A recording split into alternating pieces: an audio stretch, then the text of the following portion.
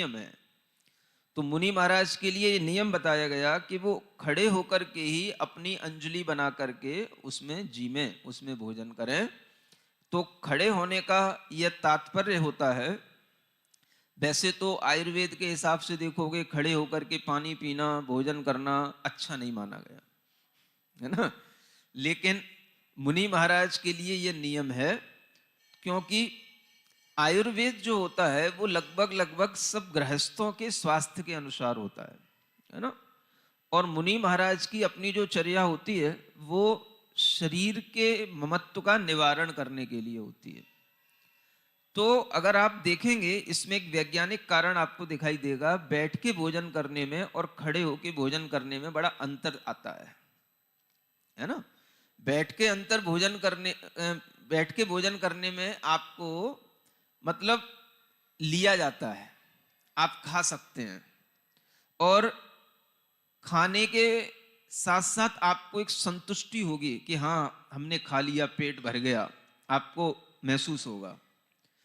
खड़े खड़े भोजन करने में आपको, जब खड़े होके भोजन करोगे तब कभी एहसास होगा कि जल्दी लगता है कि पेट भर गया। समझ आ रहा है? हाँ। और जब बैठ जाओगे तब लगेगा पेट खाली है।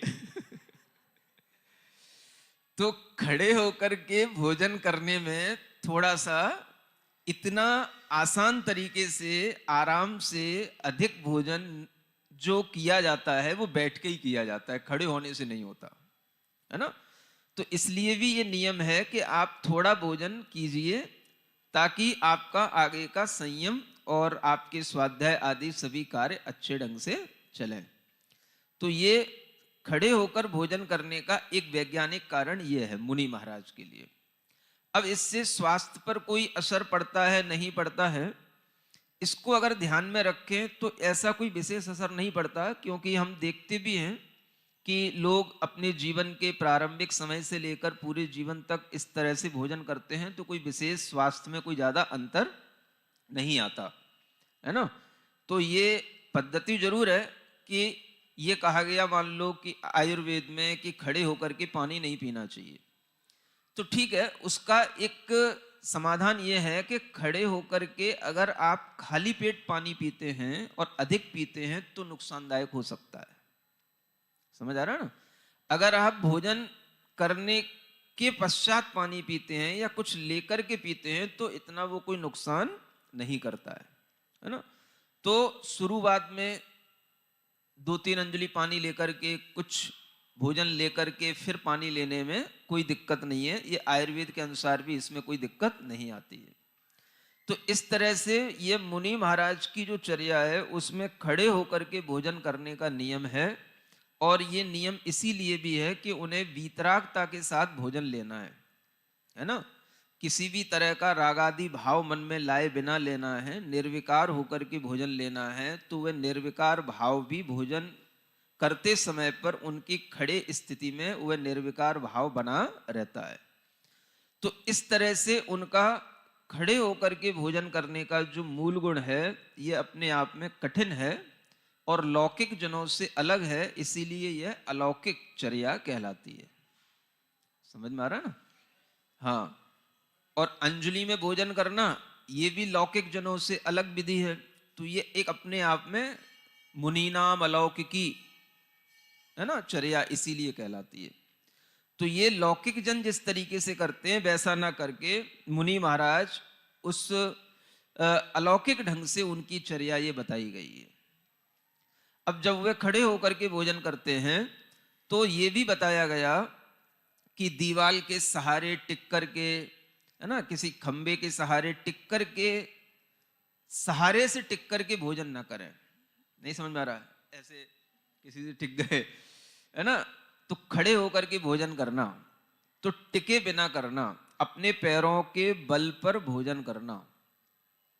तो इससे ये भी सिद्ध किया जाता है कि जब तक आपके पैरों में खड़े होने की ताकत है तभी तक आप मुनिचर्या का निर्वाह करने योग्य हैं, और तभी तक आप इस तरह से खड़े होकर के भोजन करें जब आपको लगे कि हमारे जंघाओं का बल जा रहा है, तो फिर आप समाधि की तैयारी में आए।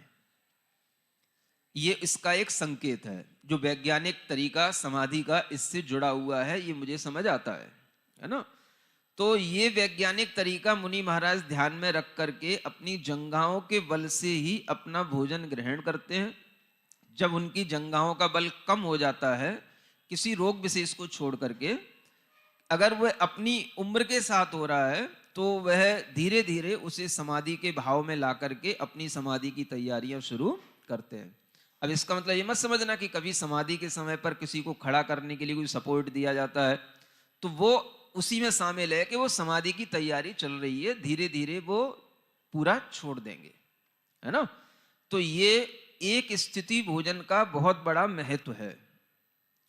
और इसकी ये कंडीशन है, पहली कंडीशन यही है, किसी भी दीवार भित्ति जो खंबा आदि के सहारे खड़े नहीं होना, ये इसकी पहली शर्त है, स्थिति भोजन, है ना। और दूसरी शर्त यह है कि जहां आप भोजन करते हैं वहां पर वह 3 प्रकार की शुद्धियों के साथ भोजन हो, है ना। 3 शुद्धि का मतलब यह है कि जहां पर आप खड़े होते हैं भोजन करने के लिए वो स्थान शुद्ध हो, वहां पर कोई चीटा चीटी ना पड़े हो, मरे, है ना। जहां पर श्रावक को खड़े होना है, दाता को, वो स्थान भी शुद्ध हो, उसको भी देख लें, श्रावक भी देख लिया करें। और तीसरा, जहां पर पात्र रखा जाना है, जहां पर वह उच्छिष्ट गिरता है, वह स्थान भी शुद्ध हो। तो तीनों स्थान शुद्ध देख करके वह भोजन करने के लिए खड़े होते हैं। समझ में आ रहा है। तो ये स्थान आपको देख लेना चाहिए। आप नहीं देखोगे तो मुनि महाराज आएंगे, उन्हें दिख जाएगा तो फिर लौट जाएंगे, फिर कहते हो आप महाराज लौट गए। तो ये भी एक लौटने का कारण होता है ना। उसी स्थान पर कोई ना कोई जीव जंतु वहां पर मरा हुआ ना पड़ा हो और वो स्थान साफ सुथरा हो, प्रासुक हो, ये 3 स्थानों की शुद्धि देखने को कहा गया है। तो ये इस तरह से एक स्थिति भोजन में यह एक शर्तें हैं, और इन शर्तों के साथ में वह खड़े होकर के भोजन लिया जाता है। तो इस तरह से ये 2 मूल गुण अलग अलग हैं। एक वक्त का भोजन अलग चीज हो गई, और खड़े होकर के भोजन करना ये अलग चीज हो गई। समझ आया। जब खड़े होकर के भोजन करते हैं तो उससे पहले भी बैठे हुए जब होते हैं, और जब उनका पूजन आदि हो चुका होता है तो उसके बाद भी हाथ धो करके सिद्ध भक्ति पढ़ करके खड़े होकर के भोजन करना, ये नियम है ना। तो इस तरह से इस नियम का पालन करते हुए यह मुनि महाराज अपने मूल गुणों का पालन करते हैं। तो ये 7 जो अन्य गुण आते हैं 28 मूल गुणों में, उनका ये वर्णन लगभग लगभग ये पूरा हो जाता है। ठीक है। अब आगे क्या लिखा है। अब ये 6 आवश्यकों का वर्णन शुरू होता है। त्रय संध्या सामायिक मय हो, ये पहला आवश्यक है। क्या? सामायिक आवश्यक,